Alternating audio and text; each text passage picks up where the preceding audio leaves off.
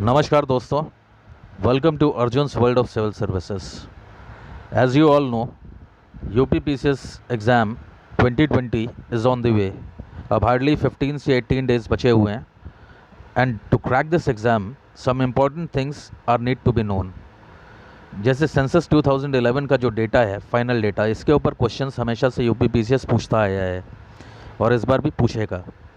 तो इससे पहले कि ऐसे डेटा बेस्ड क्वेश्चंस आपके हाथ से निकल जाएं, आप काइंडली इस वीडियो पे फोकस करके वो सारे डेटा जो यूपीपीसीएस पूछेगा उस पर एक बार काइंडली आप कंसिडर कर लीजिए, ठीक है। तो इससे पहले कि हम वीडियो में आगे कंटिन्यू करें, काइंडली हमारे वीडियो को लाइक एंड शेयर ज़रूर कर दीजिएगा। अगर आपको ये वीडियो पसंद आता है तो बेल आइकन को प्रेस करके ये ज़रूर इंश्योर कर लीजिएगा कि हमारे आने वाले वीडियोस आपको सबसे पहले मिलें, क्योंकि ये आने वाले यूपीपीसीएस 2020 एग्ज़ाम के लिए बहुत ही ज़्यादा यूज़फुल होने वाले हैं, राइट।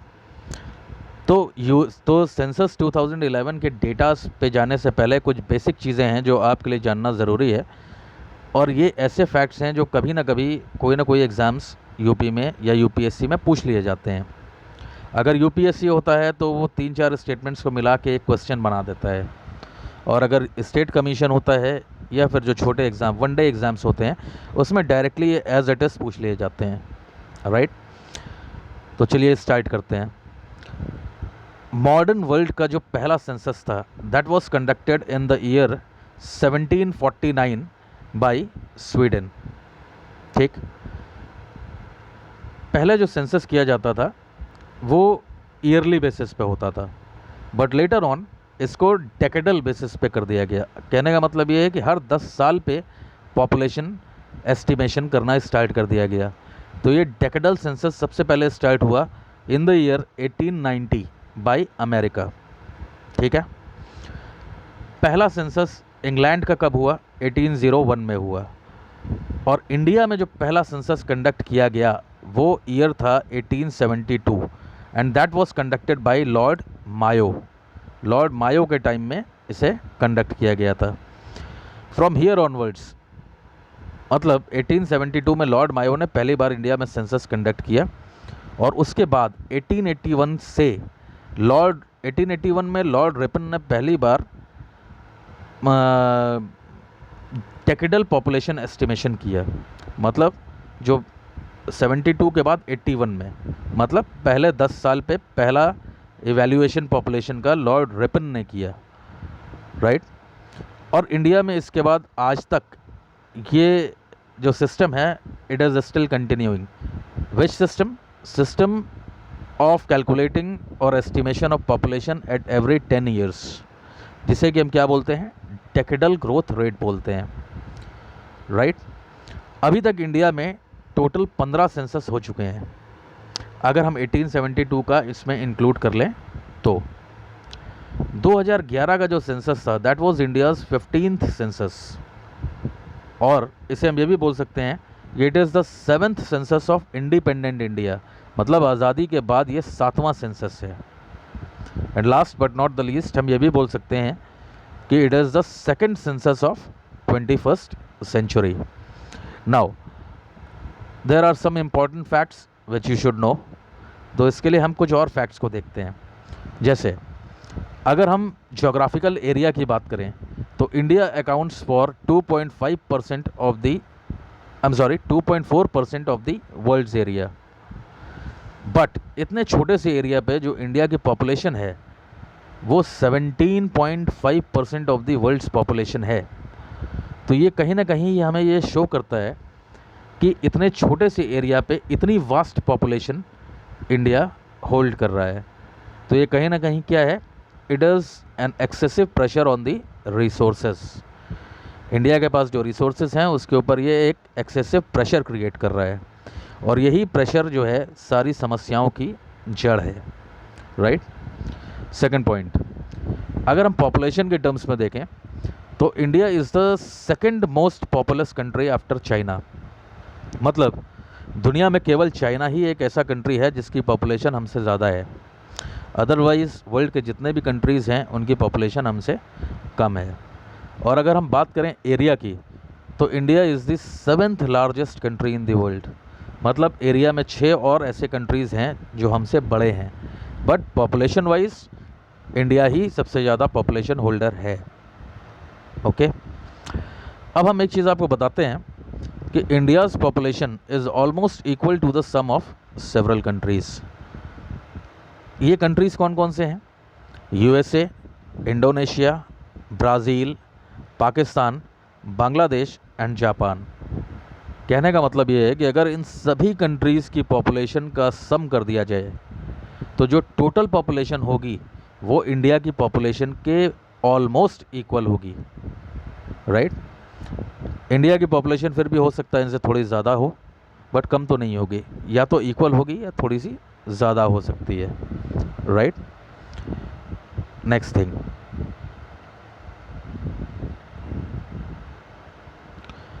अब हम आपको बताते हैं कि इंडिया में टोटल नंबर ऑफ विलेजेस कितने हैं, जिसे हम ग्राम्स भी कहते हैं। ये हैं 6,40,930। ये क्वेश्चन यूपी पीसीएस पहले भी कई बार पूछ चुका है कि इंडिया में विलेजेस की संख्या कितनी है सेंसस 2011 के हिसाब से। तो इस जनसंख्या कितनी है? 6,40,930। और इन विलेजेस में इंडिया की 68.9% ऑफ द पॉपुलेशन रहती है। तो कहने का मतलब क्या हुआ? ये डेटा आपको क्या बता रहा है? ये डेटा ये बता रहा है कि इंडिया एक कंट्री है जहाँ पे रूरल पॉपुलेशन आज भी बहुत ज़्यादा है और अर्बनाइजेशन इंडिया में उतना ज़्यादा नहीं हो पाया है, क्योंकि अराउंड 70% पॉपुलेशन, 70% मैंने अराउंड इसलिए बोला क्योंकि 68.9% की बात हो रही है। तो इतनी बड़ी जनसंख्या केवल गांव में रहती है, राइट। अब हम इंडिया की पॉपुलेशन और उसकी जो ग्रोथ है उसको थोड़ा सा कंपेयर करेंगे, क्योंकि बहुत बार होता है आपसे थोड़ा बहुत हल्का फुल्का कंपैरिजन भी पूछ लिया जाता है, ठीक है। तो 1901 में इंडिया की पॉपुलेशन कितनी थी? 23.8 करोड़ थी 1901 में। 1951 आते आते ये पॉपुलेशन बढ़ के कितनी हो गई?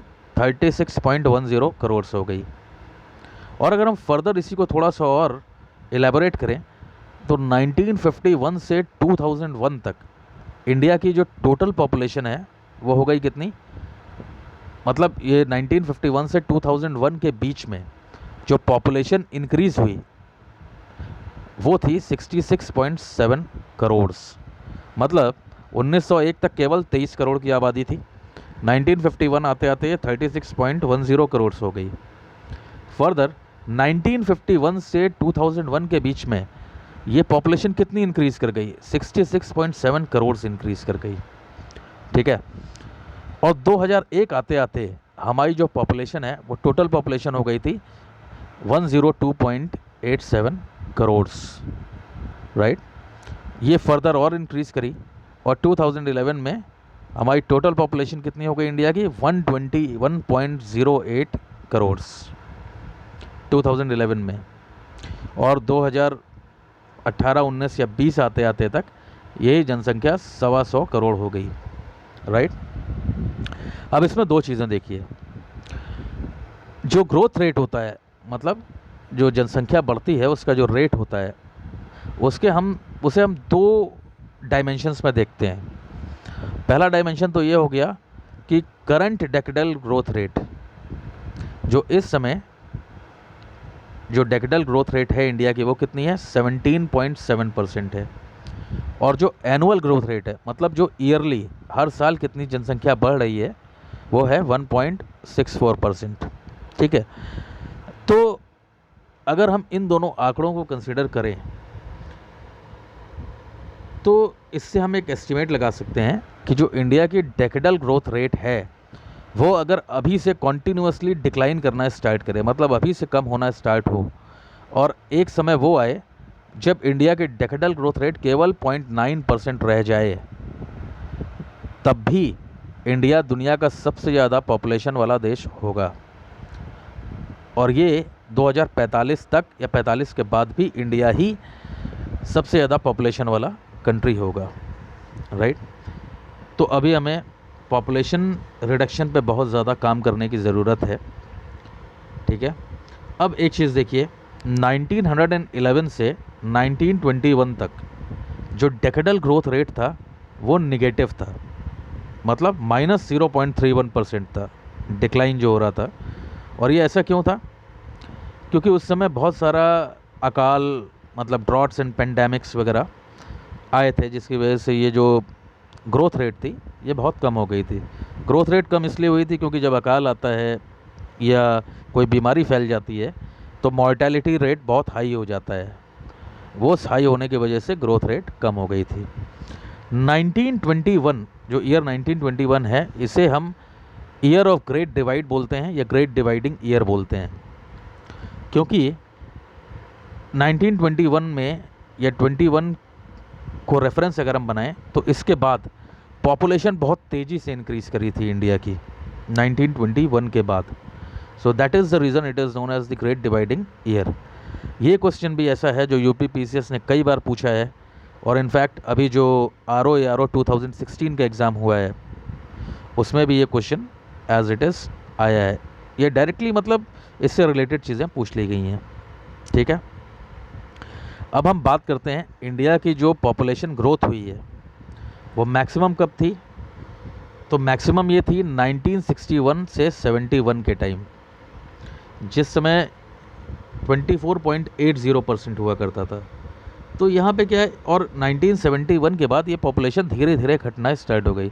Means there was a gradual decline in the population post 1961 to 71। और 2001 से 11 वाला जो पीरियड था, ये आते आते पॉपुलेशन जो है हमारी घट के 17.7% हो गई थी। राइट। अगर हम यूनियन टेरिटरीज़ की बात करें तो सेंसस 2001 से 11 के डेटा के हिसाब से जो मैक्सिमम पॉपुलेशन थी यूनियन टेरिटरीज़ में, केंद्र शासित प्रदेशों में, वो मैक्सिमम थी दादर एंड नागर हवेली में, और मिनिमम थी कहाँ? नागालैंड में। और नागालैंड की जो ग्रोथ रेट थी वो नेगेटिव थी। कहने का मतलब पॉपुलेशन इंक्रीज़ हुआ ही नहीं वहाँ पे, इसीलिए वो नेगेटिव थी। ठीक है, अब हम बात करते हैं इंडिया की जो पॉपुलेशन ग्रोथ हुई है वो बेसिकली 4 फेजेज़ में हुई है, और उन 4 फेजेज़ को जानना हमारे लिए ज़रूरी है इस पूरे डेमोग्राफिक स्ट्रक्चर को समझने के लिए। राइट। और इसके काउंटिंग हम करते हैं ईयर 1901 से। तो 1901 से 1921 तक जो 20 साल का पीरियड था, इसे हम बोलते हैं फेज़ ऑफ स्टेबल ग्रोथ। स्थिर जनसंख्या थी यहाँ पे। ये स्थिर क्यों थी? क्योंकि यहाँ पे बर्थ रेट बहुत हाई था, बट डेथ रेट या मॉर्टेलिटी रेट वो भी बहुत ज़्यादा था। तो बर्थ रेट और मॉर्टेलिटी रेट के बीच में जो डिफरेंस आता है वो बहुत कम था। तो इसीलिए जो पॉपुलेशन बढ़ी वो बहुत ही स्लो गति से बढ़ी। Right, the growth was quite slow. तो इसीलिए हम इसे बोलते हैं फेज़ ऑफ स्टेबल ग्रोथ। उसके बाद ईयर 1921 से 1951 के दौरान जो पॉपुलेशन इंक्रीज़ हुई वो ग्रेजुअल इंक्रीज़ था। मतलब पॉपुलेशन इंक्रीज़ तो हो रही थी, मगर जो फर्स्ट फेज़ था वहाँ पे ग्रोथ रेट स्लो था, यहाँ पे स्लो नहीं था। यहाँ पे इंक्रीज़ कर रही थी बट बहुत हाई रेट पे इंक्रीज़ नहीं कर रही थी। उसके पीछे का रीज़न क्या था? यहाँ तक आते आते हमने मॉर्टेलिटी रेट को कंट्रोल कर लिया था। राइट। फिर 1951 से 1981 के टाइम में ये जो पीरियड था, जो थर्ड फेज़ था पॉपुलेशन ग्रोथ का, इसमें मॉर्टेलिटी रेट और ज़्यादा डिक्लाइन किया। और वो डिक्लाइन क्यों किया? क्योंकि देखिए 1947-48 के बाद इंडिया आज़ाद हो चुका था। डेवलपमेंटल वर्क्स जो थे वो स्टार्ट हो चुके थे। तो कुछ डेवलपमेंटल वर्क स्टार्ट हो चुके थे, फूड की अवेलेबिलिटी थी, खाने पीने का कोई संकट नहीं था। संकट तो था मगर एटलीस्ट उतना ज़्यादा नहीं था। और उसके साथ साथ जो हेल्थ सर्विसेज हैं वो भी हमारे यहाँ थोड़ी थोड़ी इम्प्रूव हो रही थी। तो इन कारणों की वजह से जो इस पीरियड में जनसंख्या की ग्रोथ हुई वो बहुत ही फास्ट थी। So this is also known as the period of phase of quick growth. और उसके बाद 1981 के बाद जनसंख्या में थोड़ा डिक्लाइन होना स्टार्ट हुआ। डिक्लाइन होना स्टार्ट इसलिए हुआ क्योंकि तब तक हमारी हेल्थ केयर सर्विसेज बहुत ज़्यादा बढ़ चुकी थी, अच्छी हो गई थी, और गवर्नमेंट ने भी बहुत सारे इनिशिएटिव्स लिए थे इस बात के लिए कि जैसे लोगों में अवेयरनेस फैलाने की कोशिश स्टार्ट हो गई थी कि पॉपुलेशन को किसी भी तरह से हमें रिड्यूस करना है, क्योंकि जहाँ भी हाई पॉपुलेशन होते हैं उसका इफ़ेक्ट्स बहुत अच्छे नहीं होते हैं, क्योंकि कंट्री के पास जो भी रिसोर्सेज होते हैं उसके ऊपर प्रेशर बहुत हाई होता है। तो जो कंपटीशन होता है ना रिसोर्सेज के बीच में, that starts turning into conflict. तो फाइनली 2001 से 2011 आते आते जो 15th सेंसस का टाइम आया था, उस समय तक हमारी एनुअल ग्रोथ रेट जो थी वो 1.64% पे आके रुक गई थी, राइट। अब हम आते हैं 2011 के फाइनल सेंसस था या फाइनल डेटा था 2011 का, उस पर हम बात करेंगे। इसमें कुछ बेसिक फैक्ट्स हैं जो कॉम्पिटिटिव एग्जामिनेशंस हमेशा पूछते रहते हैं, सो ये फैक्ट्स आपके लिए जानना बहुत ज़रूरी है। इंडिया में जनसंख्या के हिसाब से, या जनसंख्या नहीं, एरिया के हिसाब से जो लार्जेस्ट स्टेट है, सबसे बड़ा स्टेट कौन सा है? राजस्थान है। सबसे बड़ी यूनियन टेरिटरी या केंद्र शासित प्रदेश कौन सा है? वो अंडमान एंड निकोबार आइलैंड्स है। स्मॉलेस्ट स्टेट कौन सा है? गोवा है। And which is the smallest union territory? That is Lakshadweep. ये चारों चीज़ों को यूपी पीसीएस और वन डे एग्ज़ाम्स हमेशा घुमा फिरा के पूछते रहते हैं। अगर हम पॉपुलेशन के टर्म्स में बात करें तो जो 3 सबसे बड़े स्टेट्स हैं वो हैं यूपी, महाराष्ट्र और बिहार। ये पॉपुलेशन चाहे हम करोड़्स के टर्म्स में देखें या परसेंटेज के टर्म्स में देखें, ये तीनों states as it is order में आते हैं। मतलब सबसे ज़्यादा जनसंख्या किसकी है? यूपी की, उसके बाद महाराष्ट्र की, उसके बाद बिहार की। अगर हम 3 यूनियन टेरिटरीज़ की बात करें जिनमें पॉपुलेशन सबसे ज़्यादा है, तो वो 3 यूनियन टेरिटरीज़ कौन कौन से हैं? सबसे पहले है दिल्ली, इसकी पॉपुलेशन सबसे ज़्यादा है। उसके बाद Pondicherry and third one is Chandigarh. अब हम एक चीज़ यहाँ पे नोट करने वाली है जो यूपी कमीशन अक्सर पूछता है और पहले कई बार पूछ भी चुका है कि districts with minimum growth rate, वो डिस्ट्रिक्ट्स कौन से हैं जिनकी ग्रोथ रेट मिनिमम थी? तो वो नागालैंड के 2 डिस्ट्रिक्ट्स थे, एक था लॉन्गलेंग और दूसरा था किफारे। तो ये 2 डिस्ट्रिक्ट्स जो हैं नागालैंड के, यहाँ पे ग्रोथ रेट मिनिमम रहा है। और एक कॉमन सेंस से भी आप समझ सकते हैं कि नागालैंड की ग्रोथ रेट मिनिमम रही है हमेशा। नागालैंड की ग्रोथ रेट 2011 वाले सेंसस में मिनिमम थी। तो डिस्ट्रिक्ट्स भी नॉर्मली वहीं से होंगे, लैंगलोंग और किफारे, ठीक है। उसके बाद वो कौन से स्टेट्स और यूनियन टेरिटरीज़ थे जिसकी ग्रोथ रेट मैक्सिमम थी? तो वो था दादर एंड नागर हवेली और दमन एंड दीव। ये 2 यूनियन टेरिटरीज़, एक्चुअली ये यूनियन टेरिटरीज़ ही हैं, बट इनका ग्रोथ रेट स्टेट्स से भी ज़्यादा था। तो इसीलिए इसमें हम बोल सकते हैं कि स्टेट्स या यूनियन टेरिटरीज़ जिनकी ग्रोथ रेट सबसे ज़्यादा हो तो वो है Dadar and Nagar Haveli and Daman and Diu.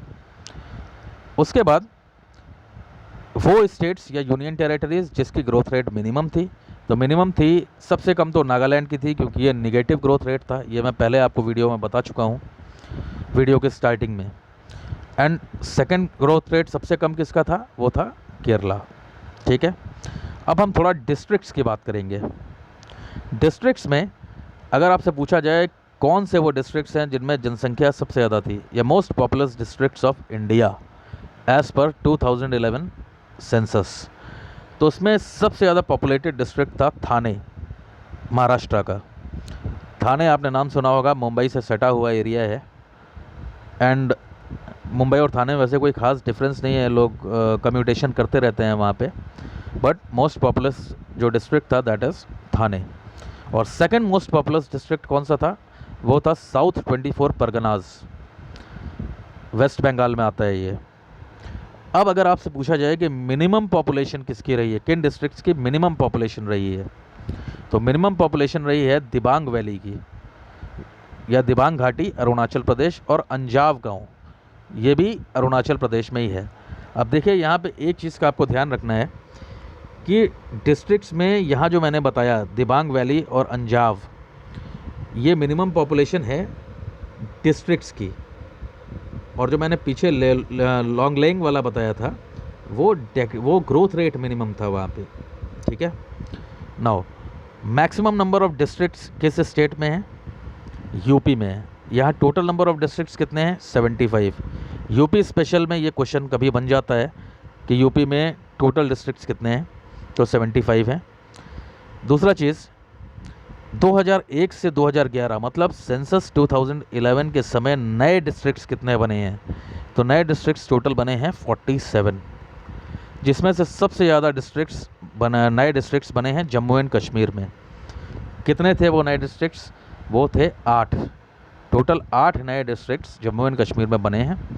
तो टोटल जो डिस्ट्रिक्ट्स जम्मू एंड कश्मीर के हो जाते हैं वो 22 हो जाते हैं इन नए डिस्ट्रिक्ट्स को बनने के बाद, ठीक है। फ्रेंड्स, ये वीडियो थोड़ा सा लंबा हो रहा है, इसीलिए मैं सेंसस के सारे डेटा आपको 3 वीडियोस के कंपाइलेशन में दूंगा। ये पहला कंपाइलेशन था जो आपको मैंने दिया, फर्स्ट पार्ट था वीडियो का। सेकंड पार्ट आपको कल मिल जाएगा और थर्ड पार्ट आपको प्रॉबेबली हो सकता है दोनों ही पार्ट्स आपको कल मिल जाएं, नहीं तो मैक्सिमम बाई परसों तक आपको ये सारे तीनों पार्ट्स आपके पास अवेलेबल होंगे। तो इन सारे डेटास को आपको कायदे से देख लेना है यूपी पीसीएस एग्ज़ाम से पहले, क्योंकि ये आपके लिए बहुत रेलिवेंट इन्फॉर्मेशन है and you should not ignore it. अगर आपको यूपी पीसीएस एग्ज़ाम क्रैक करना है तो ये डेटा आपके लिए बहुत ज़्यादा इम्पॉर्टेंट होते हैं, ठीक है। काइंडली फ्रेंड्स, अगर आपको ये वीडियो और दी गई यहाँ पे इन्फॉर्मेशंस अगर आपको पसंद आई हो तो हमारे चैनल को लाइक एंड सब्सक्राइब ज़रूर कर लीजिएगा और इसे जितना ज़्यादा हो सके उसे शेयर कर दीजिए, क्योंकि बहुत सारे स्टूडेंट्स ऐसे हैं जिनके पास कोचिंग्स वगैरह करने के लिए पैसे नहीं होते हैं, तो उनके पास तक भी रेलिवेंट डेटा पहुंचाना हमारा काम है। रेलिवेंट इन्फॉर्मेशन हम उन तक पहुंचाना चाहते हैं जिससे एग्ज़ाम क्रैक करने में उन्हें थोड़ी हेल्प मिले, राइट। बेल आइकन को ज़रूर दबा दीजिएगा जिससे कि हमारे जो भी वीडियोज़ आएंगे पार्ट 2 और पार्ट 3 वो भी आप तक जल्दी से जल्दी ही पहुंच जाएं। Thank you for listening, have a nice time.